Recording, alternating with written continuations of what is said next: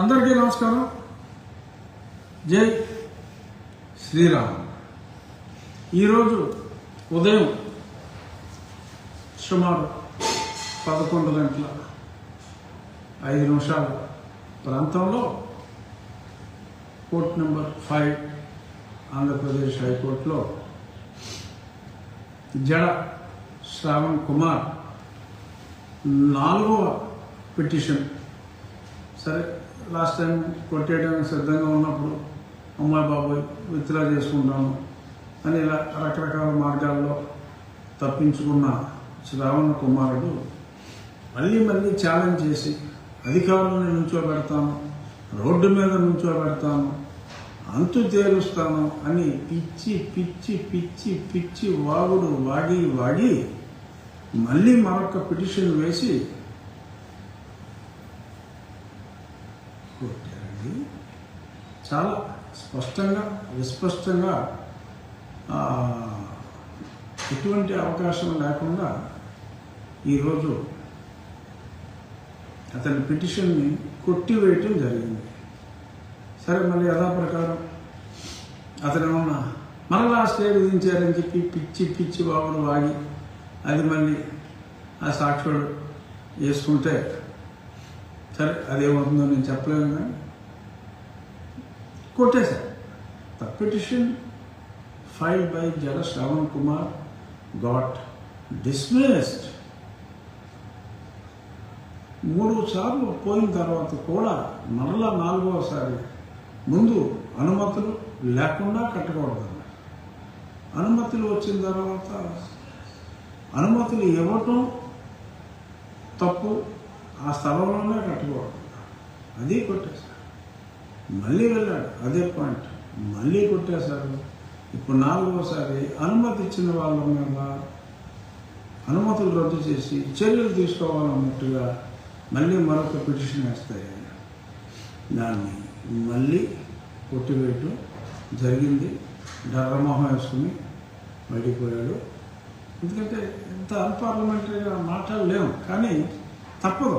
అంటే ఒక మత విద్వేషంతో, హిందూ దేవుళ్ళు అంటే ఒక రకమైన ద్వేషభావంతో మరి అతని వెనక మరికొందరు నీలి కుమారులు కలిసి మత విద్వేషంతో చేస్తున్న ఈ చర్య, రామాలయం స్థానే మరొక రామాలయాన్ని పునర్నిర్మించుకుంటాం, అది శిథిలమైందంటే కూడా ఏమాత్రం వెనక్కి తగ్గకుండా ఇన్నిసార్లు దాడి చేయటం అనేది నిజంగా అది సహించలేని విషయం. ఎట్టి పరిస్థితుల్లోనూ ఇది సహించేది లేదు.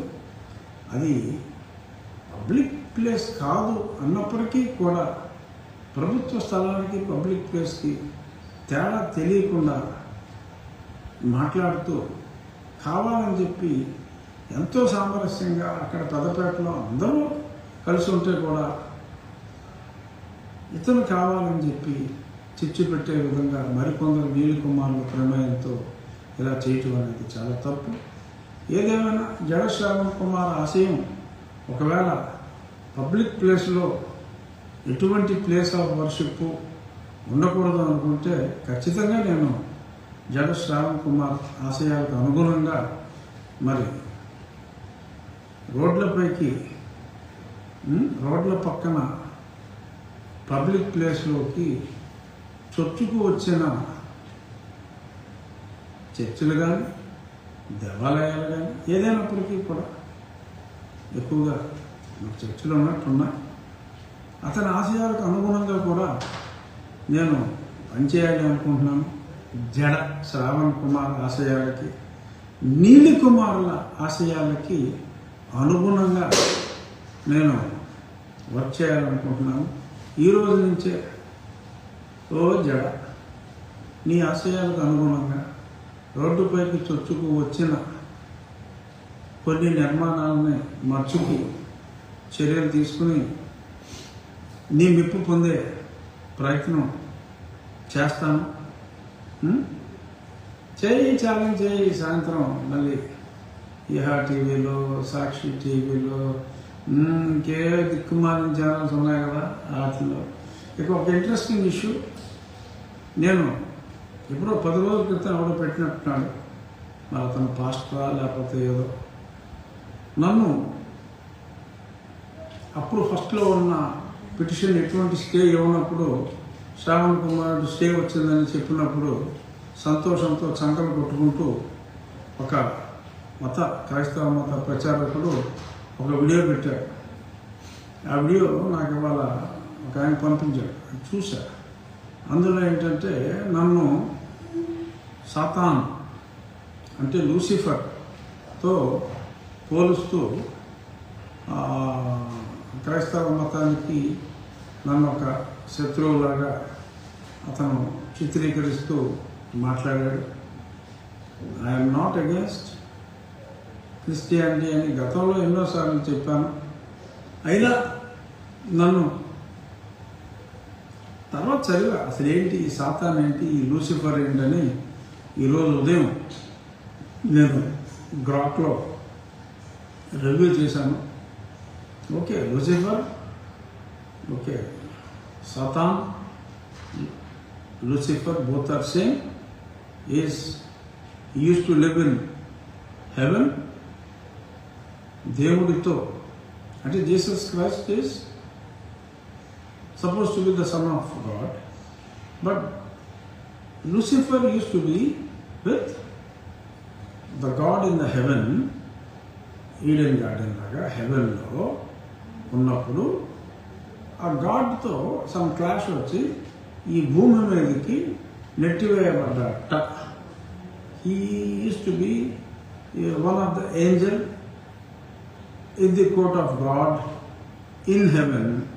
ఈ భూమి మీదకి నెట్టివేయబడ్డట. సో జీసస్ క్రైస్ట్ని ఆయన ఎదిరించాడు. అలాగా ఇతను తయారయ్యాడు అని చెప్పి నన్ను ఒక బైబుల్ క్యారెక్టర్ లూసిఫర్తో, అదే మన మోహన్ లాల్ గారి సినిమా కూడా వచ్చింది Lucifer 1 and 2, of course both were super hits.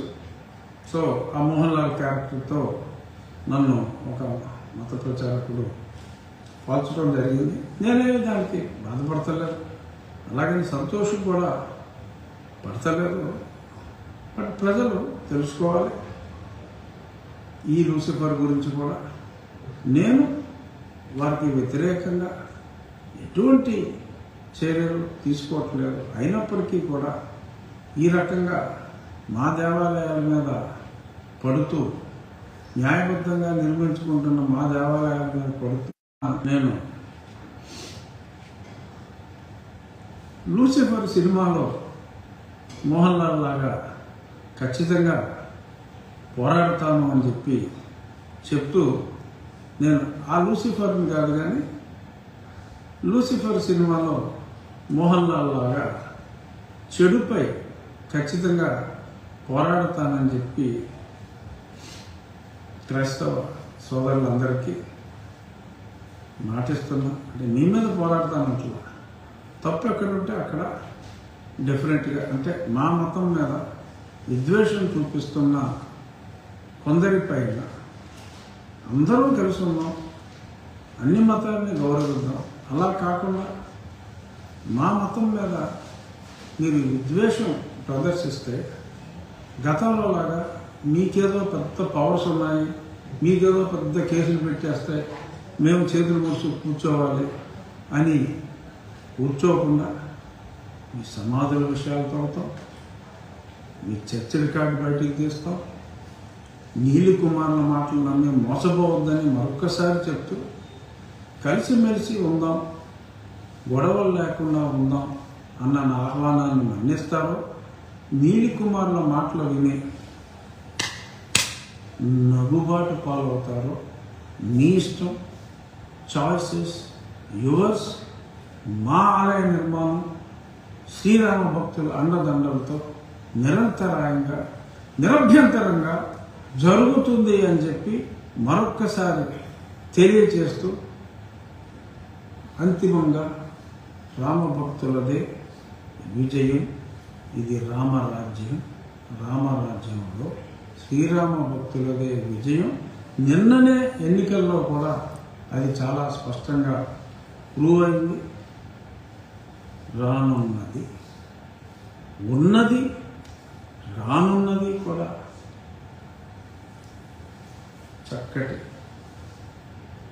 అరమరికలు లేని రాజ్యం అని తెలియజేస్తూ, thank you Shravan for your relentless effort in making all of us unite.